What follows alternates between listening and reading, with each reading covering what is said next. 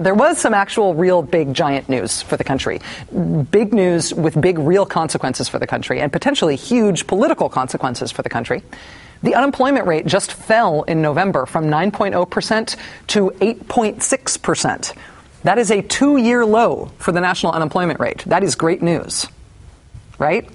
It is great news, isn't it? We should always ask an economist. Let's ask Jared Bernstein, a former member of President Obama's economic team, former economic advisor to Vice President Joe Biden, who's now a senior fellow at the Center on Budget and Policy Priorities and an MSNBC contributor. Jared, thanks for helping us out tonight. Appreciate your time. My pleasure. Thanks for inviting me on.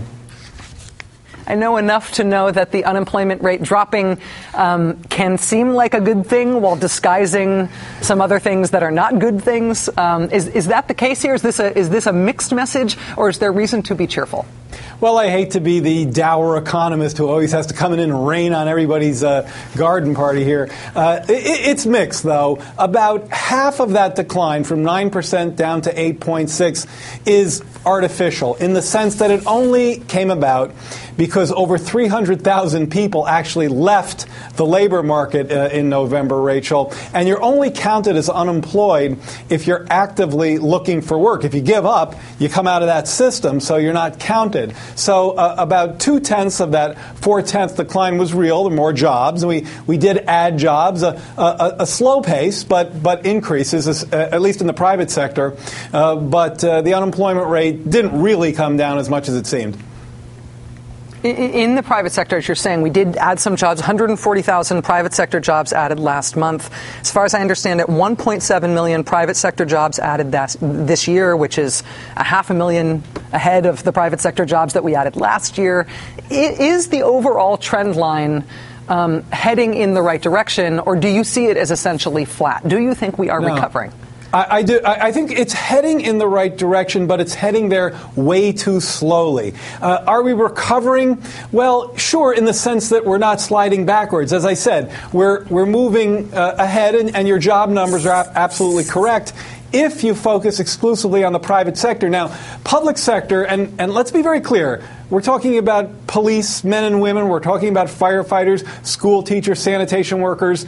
These workers are important in their communities, and states have to balance their budgets. They can't run budget deficits. And they've been shedding employment just about every month. We've been adding those private sector jobs, 20,000 down last month. So that part isn't that part's not moving towards recovery. But broadly speaking, yes, moving toward recovery, but much too slowly. In terms of what could be done, what is within the reach of government, both economically and politically, what is politically doable? Obviously, the payroll tax extension is underway. It looks like Republicans are maybe softening in their opposition to that, although it still is not done. Unemployment extension is coming up, and those public sector jobs that you're talking about. What are the things that you think are feasible politically and economically that might make a dent from here on out? Well, you mentioned the payroll tax and the UI. Let me say something about that's been somewhat, I think, underappreciated in the past few days of reporting on these.